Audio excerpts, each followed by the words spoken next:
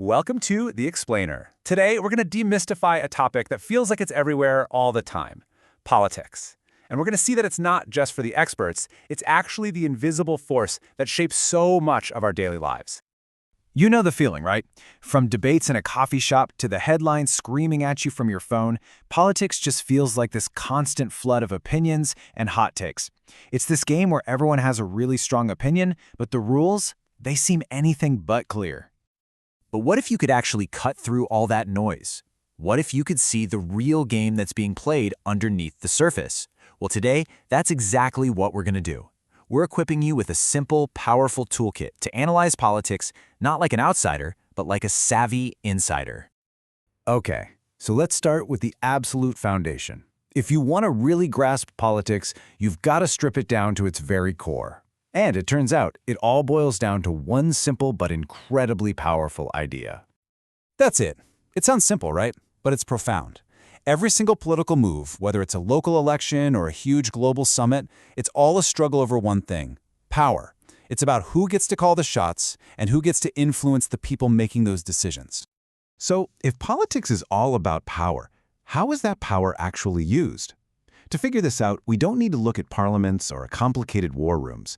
No, instead, we can look at a really simple story that, honestly, explains almost everything you need to know about how the world works. So, picture this. We've got Abu Ahmad. He's had a terrible day at work. The car broke down, and all he wants in the entire world is a simple glass of water. But his son, Hamada, is completely glued to his video game, controller in his hands, totally oblivious to anything else. A classic power struggle is about to kick off. Now, Abu Ahmad, being a pretty rational guy, has three basic tools at his disposal to get that glass of water. And like any good strategist, he's going to use them in a specific order, starting with the lowest cost and moving up from there. First up, he tries persuasion. You know, the soft touch.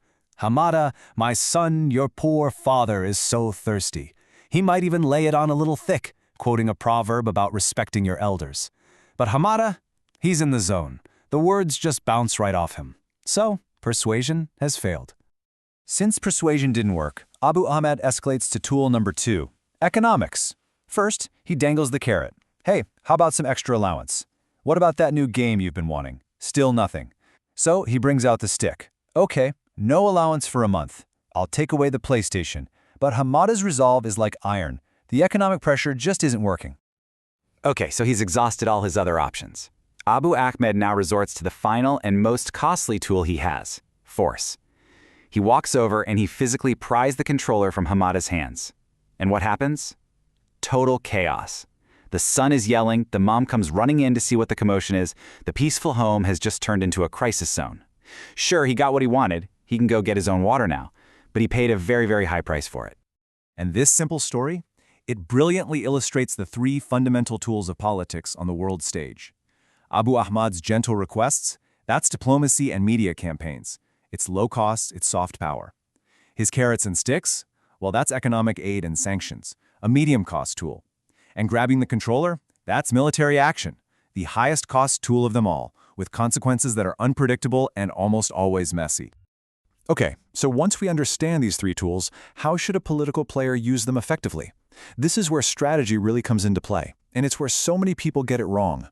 You see, a lot of leaders fall into this trap, this emotional victory or death mindset. It's an all-or-nothing approach that, more often than not, just leads to ruin. The really savvy political player, on the other hand, understands the power of something called the ladder of goals. The ladder of goals is all about being realistic. It's not about where you want to be, it's about being honest about where you are right now. And from there, you just focus on the next achievable rung on the ladder. You build your power and your resources step by step. It's the long game. You know, a developing country doesn't just demand a seat on the UN Security Council tomorrow. No, first, it might focus on building strong trade alliances in its own region. That's the first step on its ladder. So there you have it. Politics is the art of distributing power. That power is wielded through three main tools: persuasion, economics, and force. And the game is played best not with these huge emotional leaps, but by strategically climbing a ladder of goals. And this isn't just some abstract theory, it's a new lens for you to view the world with. Armed with this framework, you can look at the daily headlines and start to see the underlying mechanics at play. You'll begin to understand the why behind the political moves, not just the what.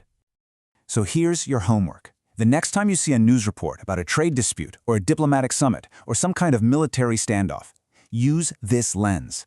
Ask yourself, okay, who in this situation is using persuasion and diplomacy? Who is using economic carrots and sticks? And who is threatening to use force? The moment you start asking these simple questions, you go from being a confused spectator to being a sharp analyst, equipped with the tools to truly understand the world.